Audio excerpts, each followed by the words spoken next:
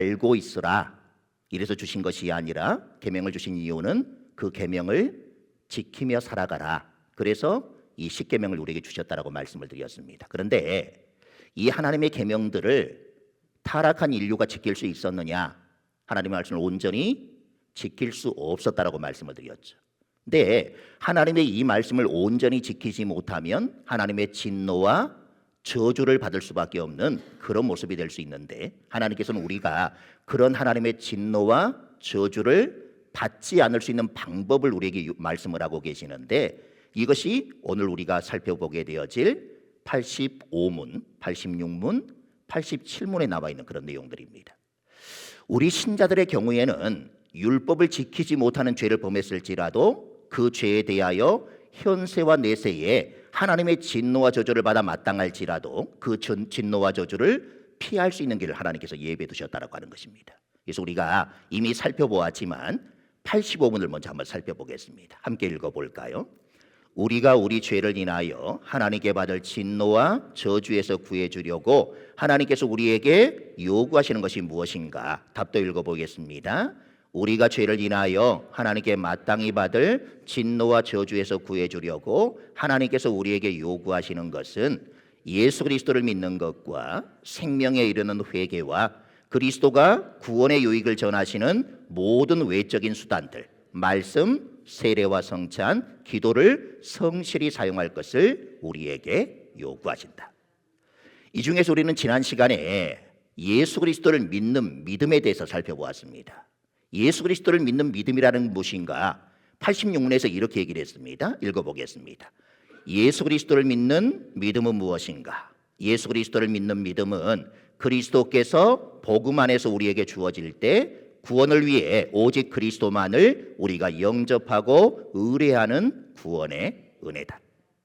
여기서 믿음이 구원의 은혜라 이렇게 말을 하는 것은 우리가 은혜라는 말 자체만 보더라도 인간의 공로는 여기에 전혀 없음을 알게 되어지는 것입니다. 그래서 바울은 에베소서에서 믿음으로 말미암은 구원이 하나님의 선물이라 그렇게 말하고 있는 것입니다.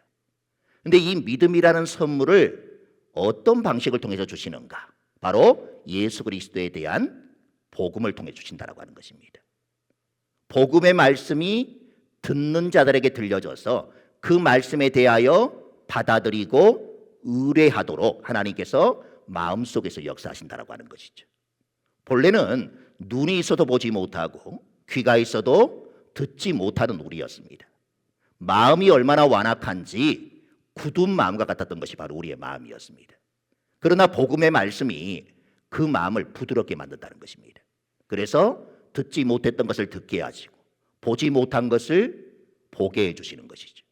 그래서 결국 복음을 받아들이게 하시고 그 복음을 의뢰하게 만들어 주신다는 것입니다. 이것이 하나님께 주시는 믿음의 내용입니다. 오늘은 하나님의 진노와 저주를 피할 수 있도록 예비해 두신 두 번째 생명에 이르는 회개에 대한 것을 우리가 말씀을 통해 살펴보겠습니다. 87문을 읽어보겠습니다. 생명에 이르는 회개는 무엇인가? 생명에 이르는 회개는 죄인이 죄에서 떠나 하나님께로 돌이키는 구원의 은혜이다. 이 은혜로 말미암아 참된 죄의식을 갖고 그리스도 안에 있는 하나님의 긍휼을 깨달아 자신의 죄를 슬퍼하고 미워하며 새로운 순종을 하고자 하는 분명한 뜻을 가지고 노력하게 된다. 자, 우선 생명에 이르는 회개는 죄인이 죄에서 떠나 하나님께 돌이키는 구원의 은혜라 이렇게 설명을 하고 있습니다. 그러니까 죄로 말미암아 현세와 내세에 하나님의 진노와 저주를 받게 되지만 이런 하나님의 진노와 저주를 피할 수 있도록 마련해 두신 것이 뭐냐? 그게 바로 회개라고 하는 것입니다. 회개는 죄인이 죄에서 떠나 하나님께로 돌이키는 것입니다. 이 회개를 생명에 이르는 회개라 이렇게 표현하는 것은 죄의 싹이 사망이라고 하면 죄에서 떠나 하나님께로 돌이키는 것은 결국 영생과 관련이 있기 때문에 그렇습니다. 그래서 그냥 회개라 얘기하지 아니하고 생명에 이르는 회개라 이렇게 말씀하고 있는 것입니다. 그래서 에스겔 18장 21절은 이렇게 말씀을 하고 있습니다. 읽어보겠습니다. 그러나 악인이 만일 그가 행한 모든 죄에서 돌이켜 떠나 내 모든 율례를 지키고 정의와 공의를 행하면 반드시 살고 죽지 아니할 것이라. 하나님의 말씀을 우리가 행하며 살게 되어지면 반드시 죽지 않게 될 것이다. 반드시 살게 되어질 것이다. 이렇게 말씀하고 있는 것입니다. 그리고 이것을 구원의 은혜라 이렇게 말하는 것은 생명에 이르는 회개 역시 예수 그리스도를 믿는 믿음과 같이 값없는 하나님의 선물이기 때문에 전적인 하나님의 역사이다. 이렇게 고백하는 것입니다. 믿음도 하나님께서 우리에게 값없이 주시는 것이고 생명에 이르는 회개도 하나님께서 우리에게 값없이 주시는 선물이라고 하는 것입니다. 회개라는 것은 내 의지로 할 수 있는 것이 아니라고 하는 말입니다. 내가 하고 싶다고 할 수 있는 것이 아니라고 하는 것입니다. 하나님께서 회개할 수 있는 은혜를 우리에게 부어주셔야만이 우리가 회개할 수 있게 되어지는 것이죠. 그래서 사도행전 11장 18절에 보면 이렇게 말씀을 합니다. 읽어보겠습니다. 그들이 이 말을 듣고 잠잠하여 하나님께 영광을 돌려 이르되 그러면 하나님께서 이방인에게도 생명 얻는 회개를 주셨도다 하니라. 생명 얻는 회개를 누가 주시는가? 하나님께서 주신다라고 하는 것입니다. 사람은 결코 자신의 본성으로 자신의 죄를 깨닫지 못합니다. 왜냐하면 죄를 깨닫기 위해서는 죄에 대한 인식이 있어야 하는데 타락한 본성은 죄에 대한 인식조차 하지 못하고 살아가기 때문입니다.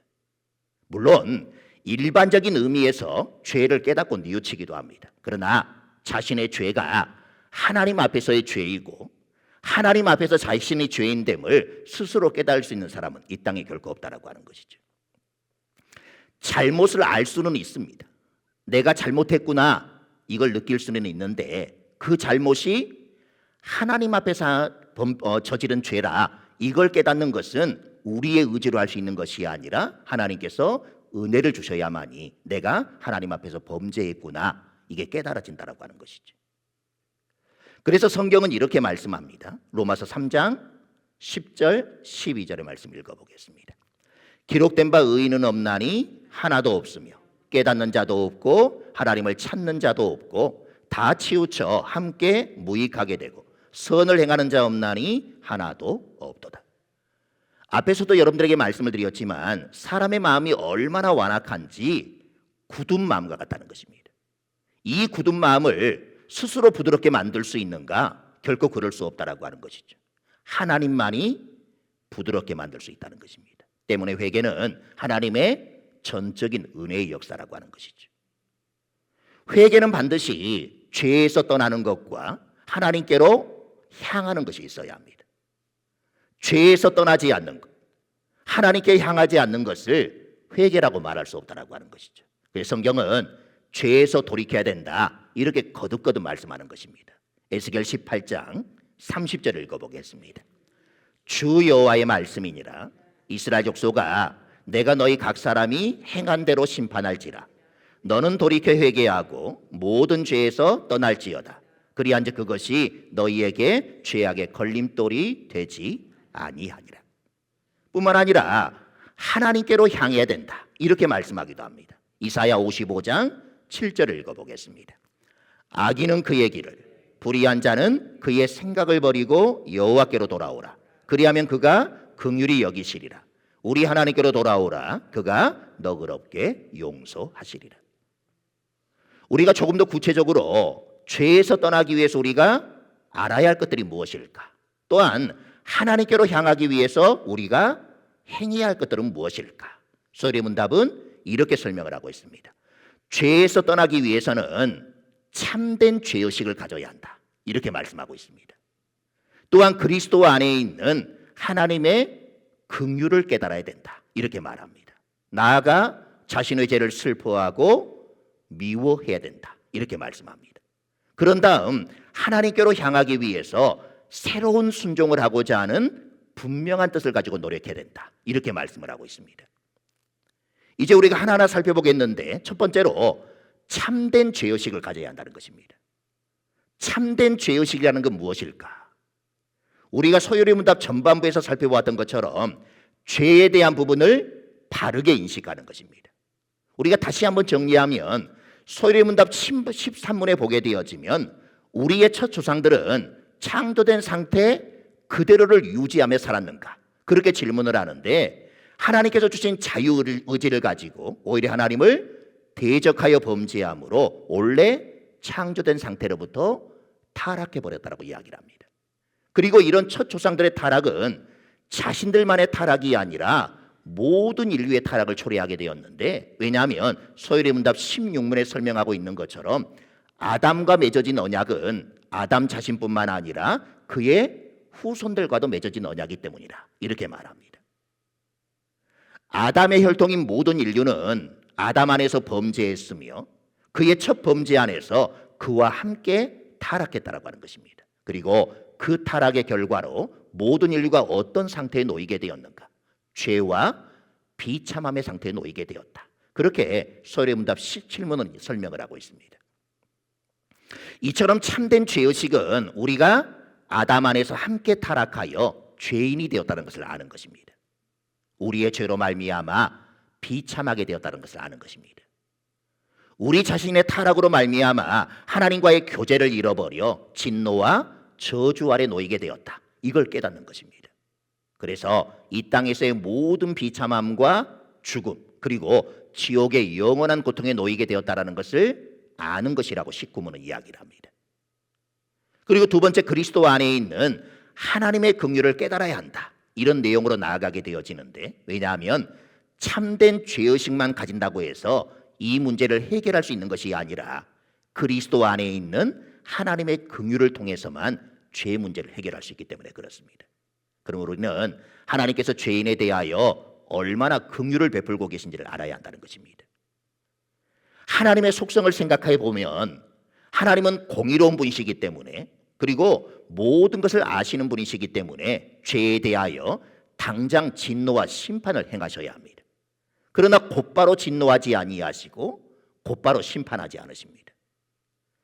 우리의 행위로 보자면 진노를 받아 마땅하지만 모든 행위에 대하여 곧바로 진노하시는 것이 아니라 오래 참으심으로 관용하신다라고 하는 그런 말씀인 것입니다.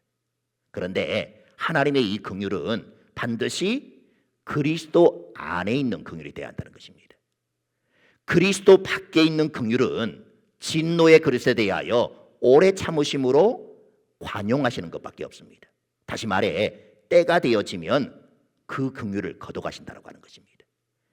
예수 그리스도 안에 있는 긍휼이 아니면 때가 되어졌을 때 하나님은 그 긍휼을 거두신다라고 하는 것이죠. 벌을 완전히 면제한 것이 아니라 때가 되기까지 그 죄에 대한 벌을 유보하고 계신다라고 하는 것입니다. 우리가 예수 그리스도를 믿지 않는 사람들, 아니면 죄악 가운데 살아가는 사람들을 보면서 왜 하나님께서는 저들에게 진노하지 않으실까? 왜 저 사람들에 대해서는 심판하지 않으실까? 이런 마음들을 갖게 되어지는데 바로 이 말씀이 거기에 해당되어지는 것입니다. 그들이 비록 그리스도 안에 있는 긍휼 안에 머물지 않고 있다 할지라도 일단은 하나님께서는 유보해 주신다라고 하는 거예요. 진노와 심판에 대해서. 근데 때가 되어지면 반드시 그들을 심판하신다라고 말씀하는 것입니다. 그러나 그리스도 안에 있는 하나님의 긍휼은 하나님의 공의에 대한 만족이 있는 그런 긍휼이라고 하는 것이죠. 왜냐하면 그리스도께서 우리의 죄를 대신하여 죄에 대한 형벌을 다 당하셨기 때문에 그렇습니다. 때문에 하나님의 긍휼을 깨달아야 한다라고 할 때 반드시 그리스도 안에 있는 하나님의 긍휼을 깨달아야 한다는 것이죠. 그래야만이 이 긍휼이 때가 되어져 거두어지는 그런 긍휼이 아니라 영원토록 우리 가운데 임하게 되어지는 그런 긍휼이 되어지기 때문에 그렇다고 하는 것이죠. 예수 그리스도를 믿지 않는 사람들과 예수 그리스도를 믿는 사람의 차이가 바로 여기에 있는 것입니다. 지금은 아직 하나님의 때가 되어져 있지 않기 때문에 믿지 않는 사람이나 믿는 사람이나 달라 보이지 않을 수 있겠지만 하나님의 때가 되어지면 믿지 않는 사람들은 반드시 하나님의 진노와 심판을 받게 되는 것이고, 우리는 예수 그리스도 안에 있는 긍휼을 덧입은 사람들이기 때문에 그 심판에서 제외가 되어지고 영원한 하나님 나라에 들어가는 그런 은혜를 누리게 되어진다라고 하는 것이죠. 세 번째로 참된 죄의식을 갖고 그리스도 안에 있는 하나님의 긍휼을 깨달아 한다면 자신의 죄를 슬퍼하고 미워해야 된다, 이렇게 말씀하고 있습니다. 이때 우리가 주의해야 할 것이 뭐냐?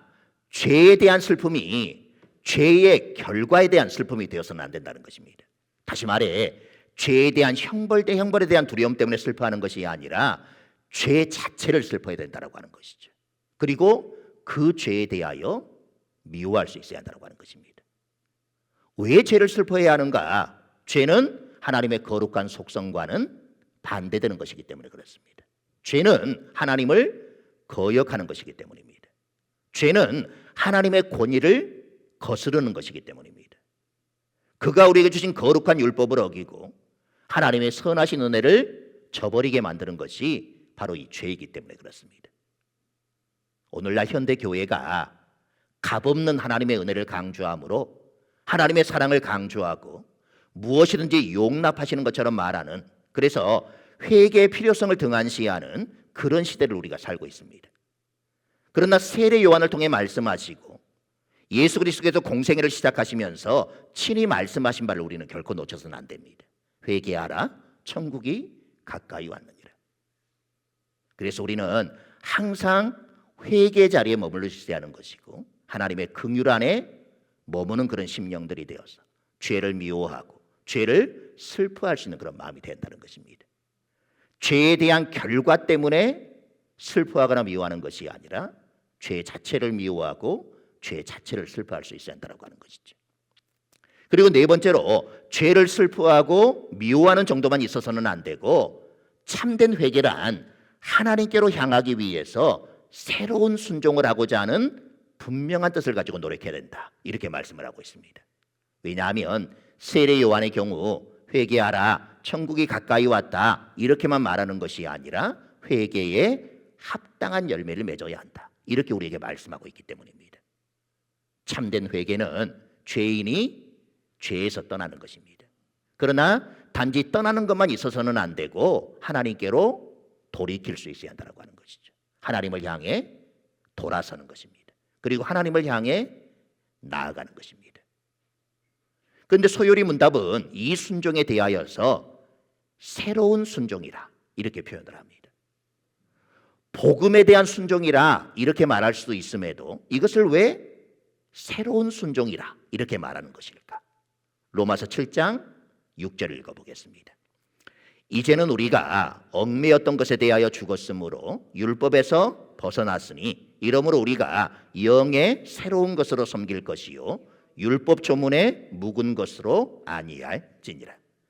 여기서 우리가 얽매였던 것에 대하여 죽었다, 그래서 율법에서 벗어났다라고 하는 것은 더 이상 율법을 지킬 필요가 없다, 이런 의미가 아닙니다.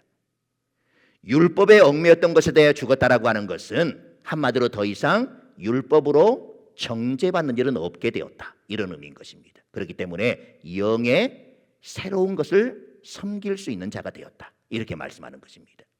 그리고 이때 영의 새로운 것을 섬길 수 있다라고 하는 것은 성령께서 우리 안에 역사하여 우리로 하여금 율법을 완성할 수 있도록 역사하신다라고 하는 그런 의미입니다. 그렇기 때문에 회개의 내용으로 자신의 죄를 슬퍼하고 미워하며 새로운 순종을 하고자 하는 분명한 뜻을 가지고 노력하게 되는 모든 것은 우리 안에서 역사하시는 하나님의 역사로만 말미암는다, 이렇게 고백할 수밖에 없는 것입니다. 그래서 생명에 이르는 회개는 죄인이 죄에서 떠나 하나님께로 돌이키는 구원의 은혜가 되어지는 것입니다. 그러나 이 은혜가 사람으로 하여금 전혀 노력하지 않게 만드는 것은 결코 아닙니다. 순종하고자 하는 분명한 뜻을 세우게 만들고 순종하고자 하는 분명한 뜻을 가지고 노력하게 만드는 것입니다. 즉 순종하지 않는 것, 그것을 위해 노력하지 않는 것은 결코 참된 회개라고 말할 수 없다는 것입니다. 우리가 생명에 이르는 회개를 살펴보았지만 회개한다고 해서 우리가 모든 죄에 대하여 다 회개할 수 있다는 그런 말은 아닙니다. 또한 회개한다고 해서 더 이상 죄를 짓지 않는 것도 아닙니다. 이 땅에서 회개하고 또 회개해도 죄가 없는 완전한 상태에 이를 수는 없습니다.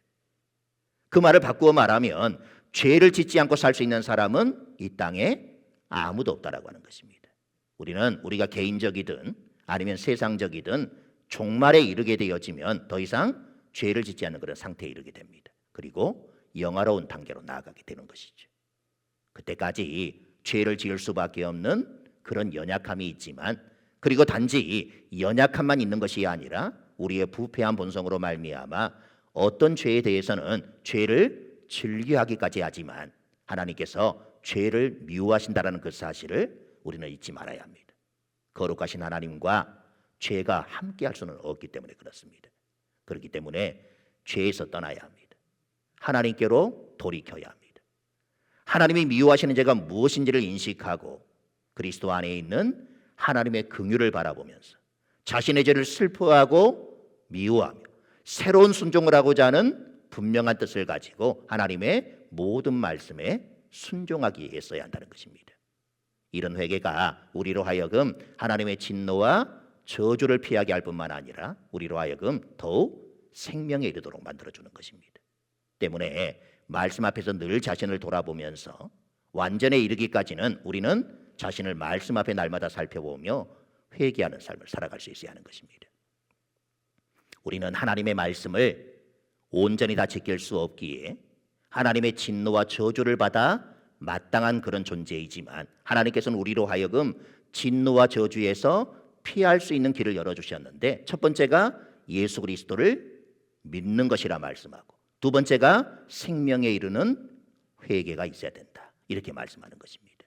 언제나 말씀과 함께하는 삶, 그리고 예수 그리스도를 온전히 믿고 살아가는 그러한 삶, 때로는 우리가 죄를 지은 그런 불충한 완악한 그런 모습이라 할지라도 그 죄를 깨달아졌을 때 하나님 앞에 회개하며 나아감으로 깨끗게 해주시는 그 하나님의 은총을 덧입어 우리로 하여금 모든 진노와 저주로부터 자유케 해주시는 그 하나님의 은총을 날마다 누리며 살아가는 우리 모두가 될 수 있기를 간절히 소망합니다.